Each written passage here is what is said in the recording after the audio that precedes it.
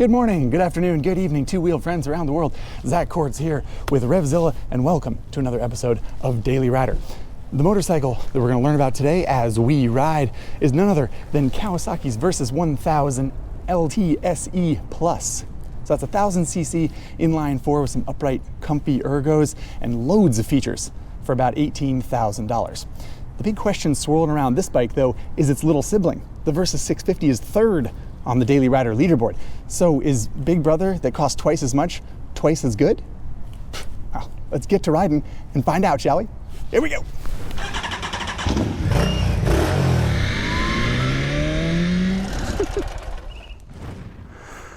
Okie dokie, everybody. Versys 1000 LTSE Plus.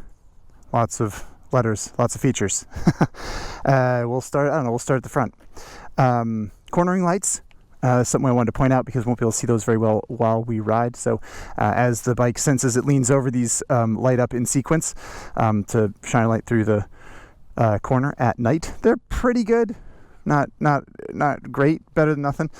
310 mil wave pedal rotors is sort of a Kawasaki thing that they're kind of moving away from a little bit these days, but I still see them here and there. And radial mount calipers, I think these are made by Tokiko. They're branded Kawasaki, but whatever, it doesn't matter. I definitely don't want to forget to talk about the saddlebags, which looks like I kicked with my shoe. Sorry, Kawasaki. They're key matched, so we can grab the ignition key here. And I put a helmet in here for reference. That's a Shoei Neo Tech. That's a big helmet. I mean, it's a medium, so it's not a huge shell size, but the Neo Tech is historically quite a big helmet, and it doesn't fit very well in luggage. But these 28-liter saddlebags that come on the Versys 1000, same saddlebags you get on Versys 650 or Ninja 1000, as far as I understand it. Yeah, 28 liters a side, and you can put a full-size helmet in both sides. Pretty cool. And that's in part because of this low mount muffler, which is not totally underslung like something like the Versys 650. You know, it still shoots out here, but they're able to use a full-size saddlebag, which I'm calling it right now. More companies should do this. Why don't we see this more often? It's so smart. We don't need the pipes up super high, especially if on a street bike, whatever. Anyway, just wanted to share that with you guys. Other stuff we should be able to talk about from the cockpit. Speaking of the cockpit, interesting combination of TFT and analog tack. Let's fire this bad boy up. This is the standard issue 1000cc engine, basically. It's used across a few different bikes. Anyway, we'll talk about that. Let's get riding, shall we?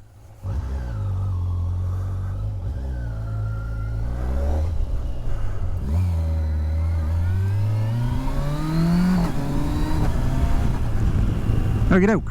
First up, we talk about specs, as always.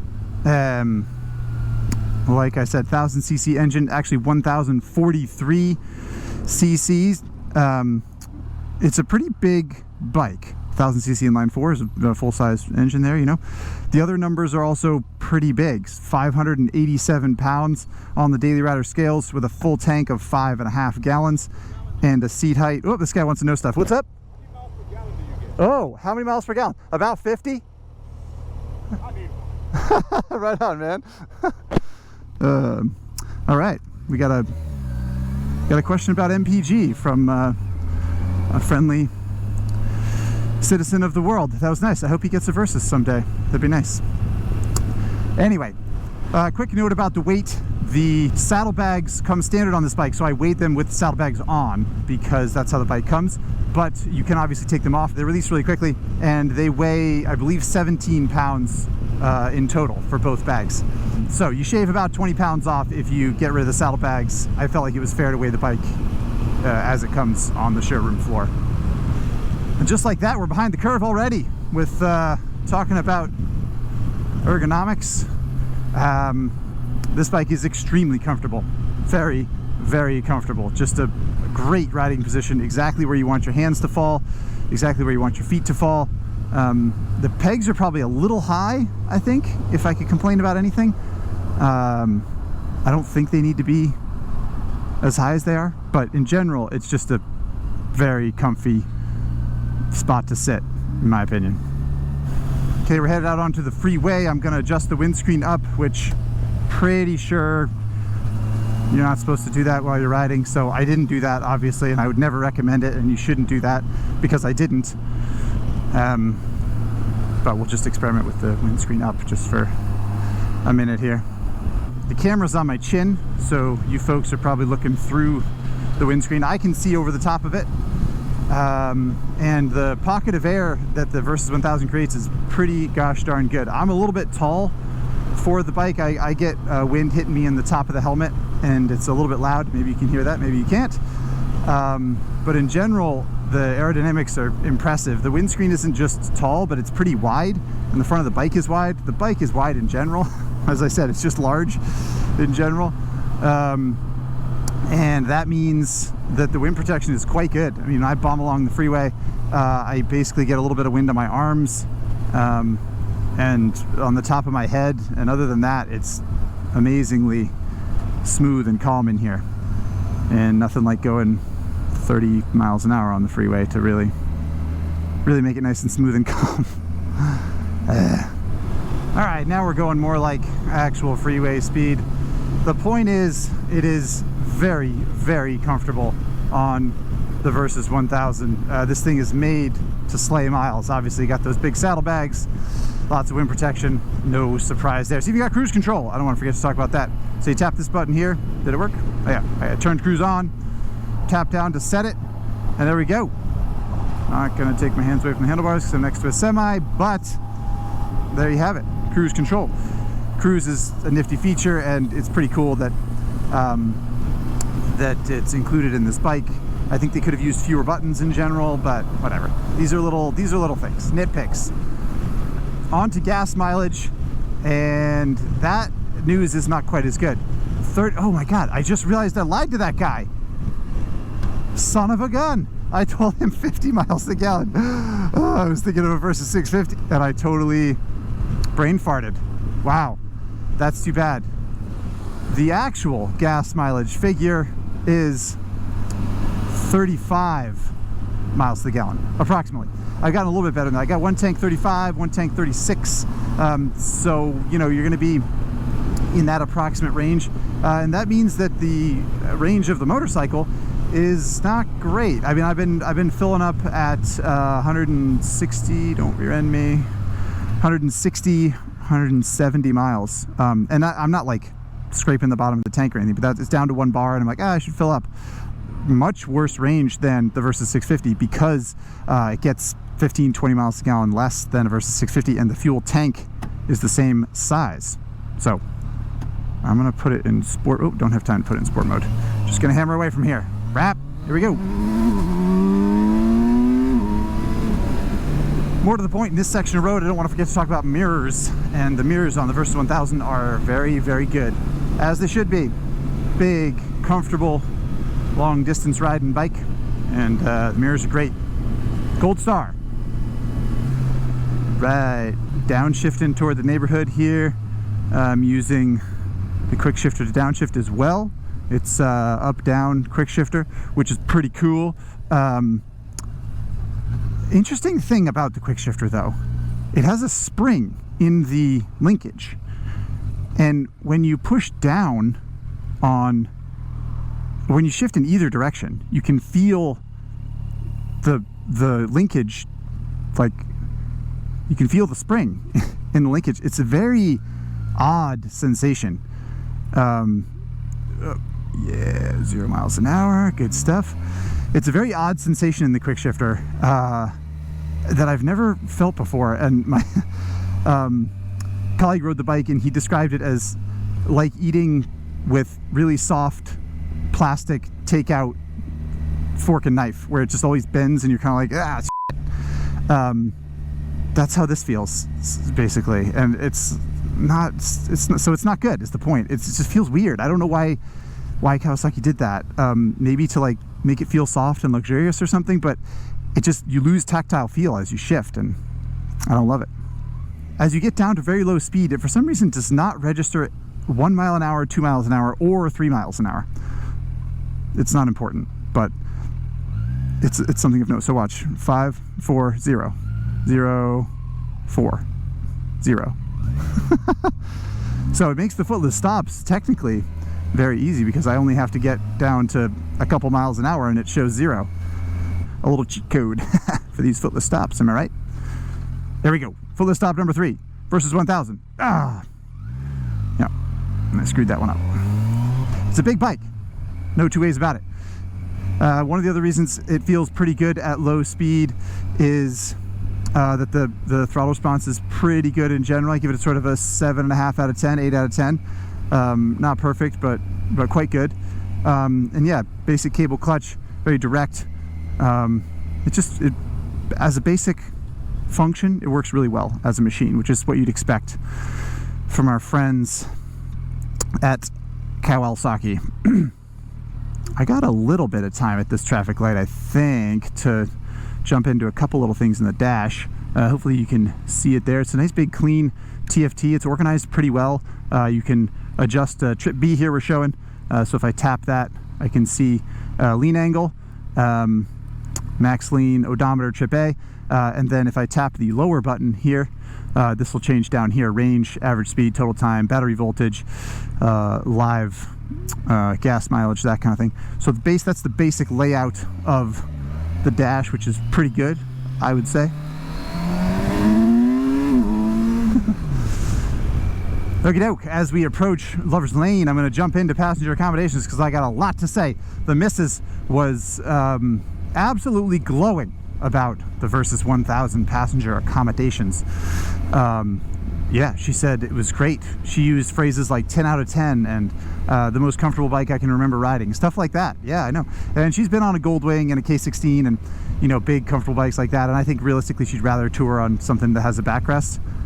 But in recent memory, she said the Versys 1000, very, very good. She said the legroom is good. And the seat is cushy and very comfortable, and she really likes that it has a little lip at the back of the seat. The foam just has a slight kick to it, and she liked that because it allows her to, doesn't necessarily provide stability, but allows her to feel where the edge of the seat is. Anyway, very, very positive review for the Versys 1000, and I would say that's one place where she rated it, and I would rate it quite a bit higher than something like a Versys 650, for example. One last note about the passenger accommodations. She said she noticed a little tingle of vibration in the foot peg at about 5,000 RPM, which is something I forgot to talk about on the freeway because I'm talking about too much other stuff on this bike. It's got so many features. But the rider will find a little tingle, a little bit of buzz and vibration at about 6,000 RPM, which is pretty fast in top gear, higher than most speed limits. But the passenger, according to her, will feel that sensation about 1,000 RPM lower. So your passenger might be feeling buzzes in the foot pegs before you do if you're riding long distance with a 2-up on a Versys 1000. Something to keep in mind. Right, into the twisty road section here of our daily rider route. And yeah, I'm going to sound like a broken record with this style of bike, you know, sort of street-oriented, adventure touring styled street bike like this. 17-inch wheels, upright riding position, especially from a company like Kawasaki, which has plenty of sporting pedigree. It handles great. It's really, really good. It's easy to ride. It's direct. There's plenty of feel. The brakes, as I mentioned before, are quite powerful. It's all just a good package. I don't have a whole lot to say. I'm not going to glow over how amazing it is and how you should take it to a racetrack or something like that. But for what it is, it's delightful on a road like this. Really good.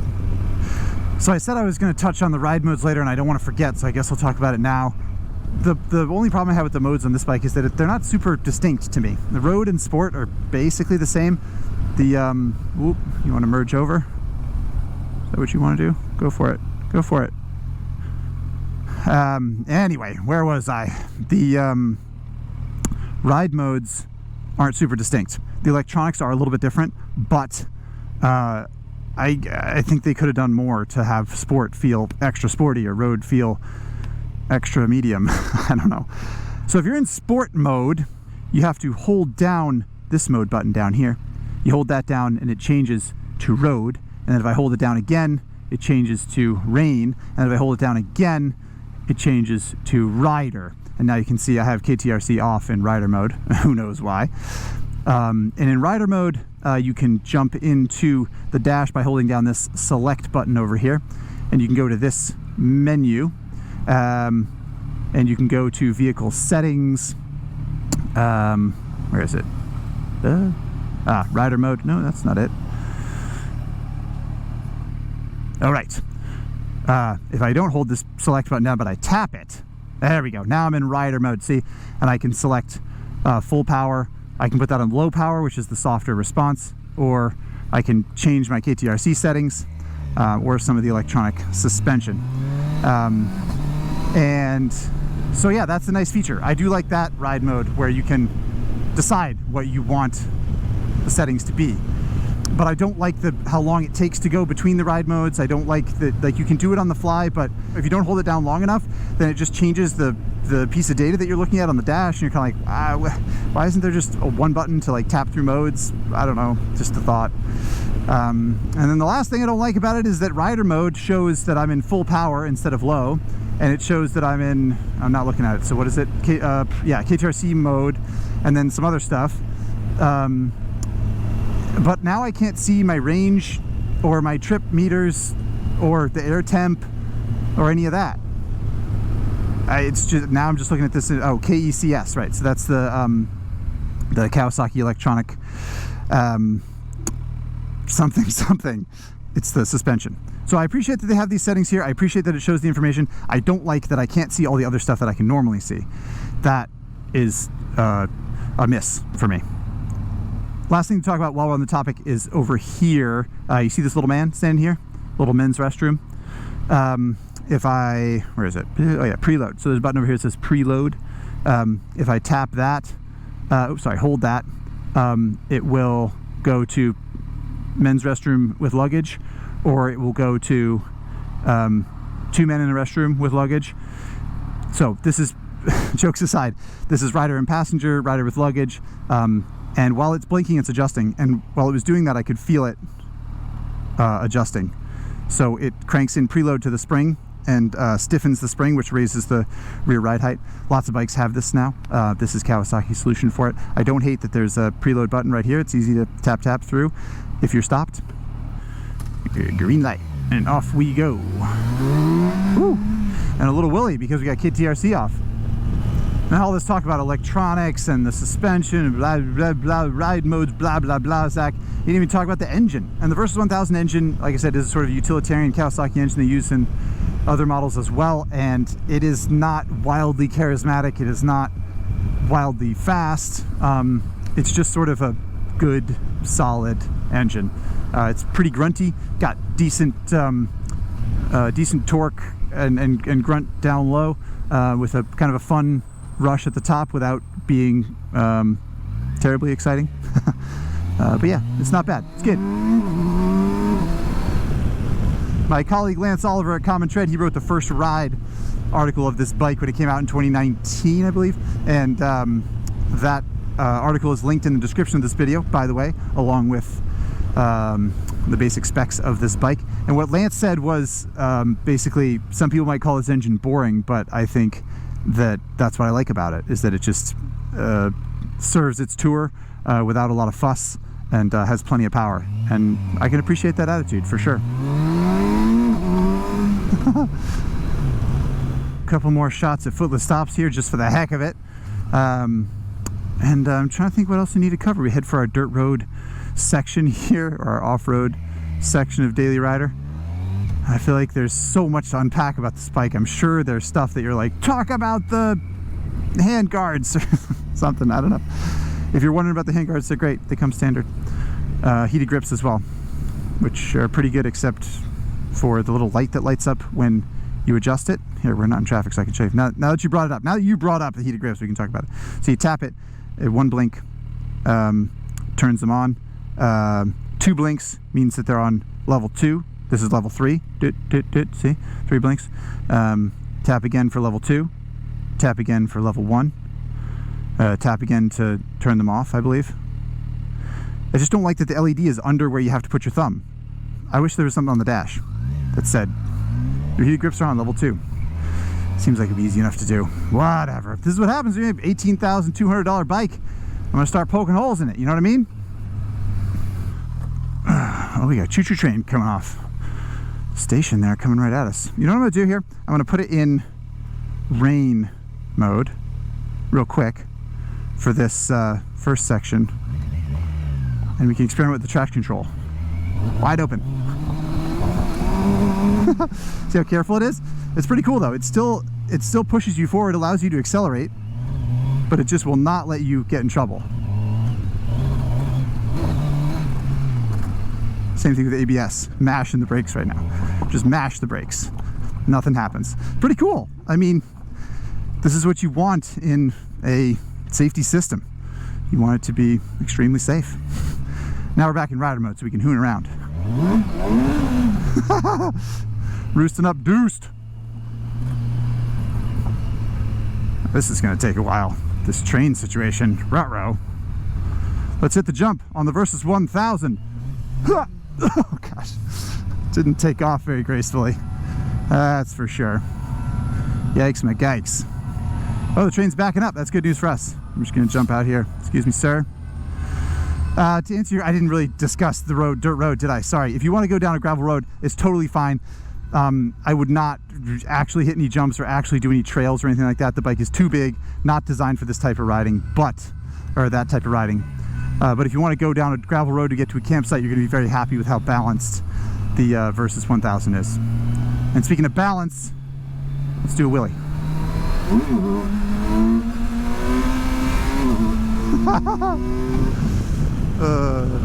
Good stuff. I never actually realized it, but this little hole in the windshield here, which is to depressurize the this section so that it you know, the air doesn't come over the top and suck in here, like creates a little bit higher pressure in the pocket of column air where the rider is. Anyway, whatever. The point is this little hole in the windscreen. I never noticed that, but I can look right through that when I was doing a wheelie.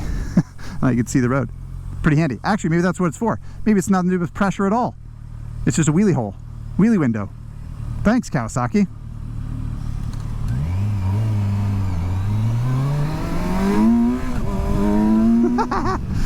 It was a little rowdy. If you kind of poke at it and say, "Hey, wake up!"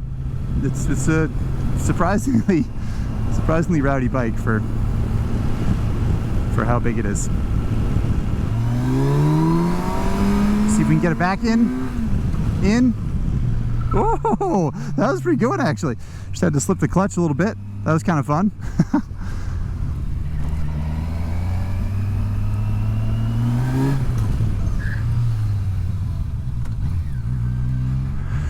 All right, made it to headquarters, and we can do a U-turn test. Ooh, we got two vans here. This is good. We're gonna have to do it in 2 parking spaces. Oh geez, are we gonna be able to do this? I don't know, kids. Okay, I'm lining up on the line, going as slow as I can without putting my feet down. We're going full lock. We're gonna try and make it in 2 parking spaces. Oh no! Oh no! It didn't work. I actually thought I was gonna be able to do that, but apparently not. All right, we need 3 parking spaces. Seriously this time. All right, nice and slow. Full lock. Full lock, full lock. Yep, okay. So 2 1/4, 2 1/3 parking spaces. Not great turning radius, but it's a big boy, am I right? Big boy. All right, we made it. Daily Rider. Kawasaki Versys 1000 LT SE Plus. And one thing I did want to do is put it up on the center stand. This center stand is fantastic. So easy. So easy. Easier than a GS, easier than the Goldwing center stand is amazing, but that bike's huge. This bike is so good.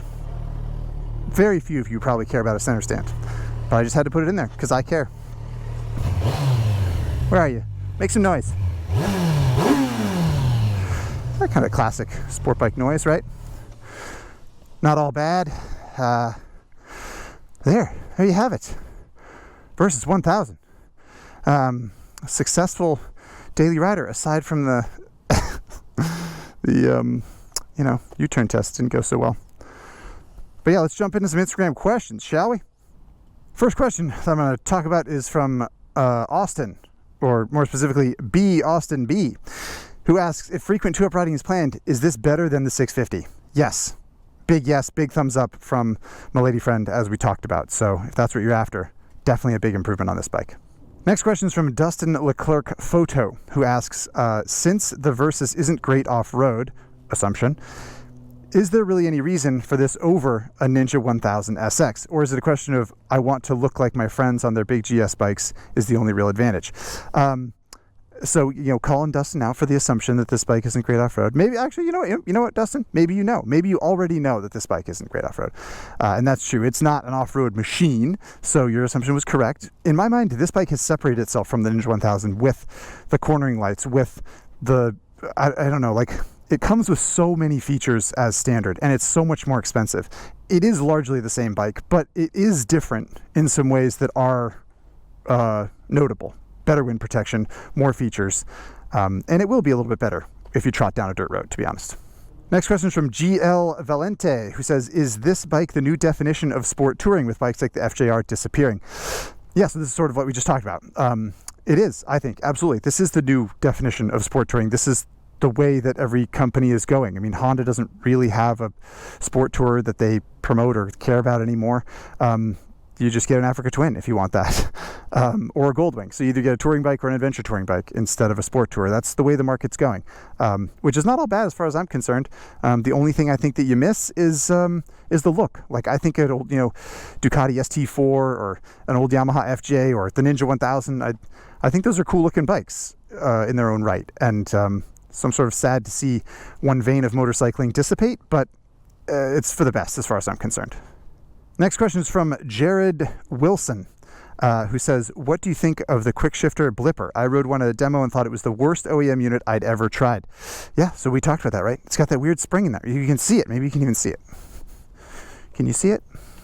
You can't really see it, but it has, yeah, it's that. See that movement right there? That's the movement. So this is the linkage moving and the transmission moving. And then when you get there, there's this little spring.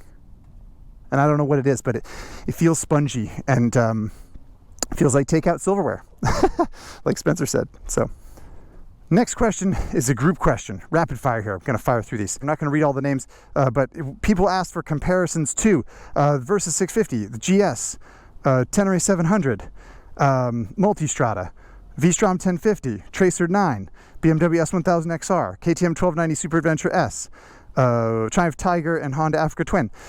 All of this is to say, there are lots of questions about what this bike compares to, and I think that speaks to this whole versatile system thing that Kawasaki leans on. So, right, that's what Versys stands for, versatile system.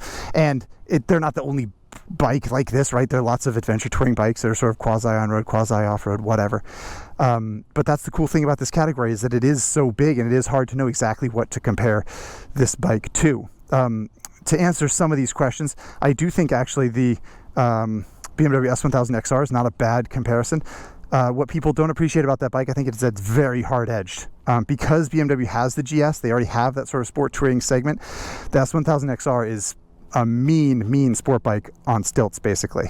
It has tight legroom, it's vibey, it's like, it's aggressive, which is cool because most bikes try and split the difference, like the Versys 1000 or an Africa Twin or whatever it is. But yeah, I do think that that's a nifty feature of the Versys 1000, is that it arguably covers all those things, and you're not sure what to compare it to. That means it's probably capable of a lot of things. Last question is from Yuen Wes. Yenwes? I don't know how to say your name. I apologize. Question is it suitable for the occasional track day? Most bikes, in my opinion, are suitable for the occasional track day, especially if you're a beginner intermediate rider. It's not a huge burden for most bikes to go to a track day and whip around. And this bike's definitely sporty enough for a track day. I wouldn't advise it if you want to get into track days and you want to, like, really, buckle down and flirt with the edge of traction, that kind of thing, because this bike's not great for that, and it's big and expensive and heavy and not great for the track. But you just want to go and open the throttle and go 100 and something miles an hour and whip through some turns and go fast in a safe environment, I would, yeah, sure, why not? 17-inch wheels. You can get nice sticky rubber for it, Hypersport rubber for it if you wanted to. And the engine's fun. It's got a quick shifter. Brakes will stand up to it. So yeah, just take the saddlebags off and have fun. All right, thanks as always for your questions. Really appreciate it. Bear with me. We're going to throw this sucker on the Daily Rider leaderboard. All right, everybody, here we are inside headquarters and the Daily Rider leaderboard. And we have the Kawasaki Versys 1000 ready to go on the board. As usual, friendly reminder of the top. So this is the Versys 1000 sibling, 650 LT up there holding down the podium spot just below the Multistrada and 1250 GS. Versys 1000, what do we think? Anybody in the back? The top, come on, not gonna be at the top. So the Versys 650, this is sort of the big question, I think. People are like, is the 1000 better than the 650? I'm gonna tell you right now what we've been telling people for years. The 650 might be a better bike all around. It is not as luxurious. And this more stood in 2015 or something like that with the Versys 1000. It was simpler. It was just bigger and heavier and the range wasn't as good. And you were sort of like, why would you ever buy a Versys 1000? Now the Versys 1000 is a legitimate sort of luxury sport touring bike in a way that the Versys 650 is not. It's much more kind of intermediate. It's much simpler. But I just, practically, like when it comes down to brass tacks, the Versys 650, especially when you consider the price, I mean, the Versys 1000 is twice as much, right? It's $9,000 or $18,000 basically. And I don't see it. The Versys 650's got great range. It's pretty comfortable. The Versys 1000 is more of just about everything except fuel range and fuel capacity. But no, not as good as the Versys 650 as far as I'm concerned.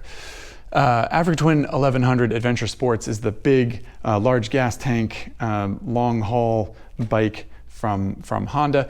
And I think that is a pretty good comparison to the Versys 1000 as far as capability and size and that kind of thing. So, what do we think?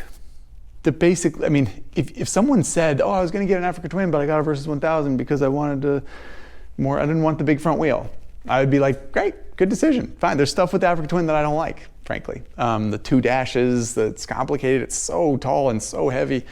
But right now, gun to my head, I'm going with an Africa Twin Adventure Sport over the Versys 1000. Both very capable long haul bikes. Africa Twin's got better range, better engine character. I think it's better looking. This is where it lines up on the Daily Rider leaderboard. A darn fine finish, not quite as good as its little sibling, but respectable, very respectable. All the bikes above it are great Daily Riders, as is the Versys 1000 really. So there you go. Another bike on the leaderboard, another ride in the books. It was kind of a sweaty one today. Sorry about that. But as the saying goes for Daily Rider, I hope you learned something. I hope you had fun, and I hope to see you next time. Nearly free run at the on-ramp. This never happens.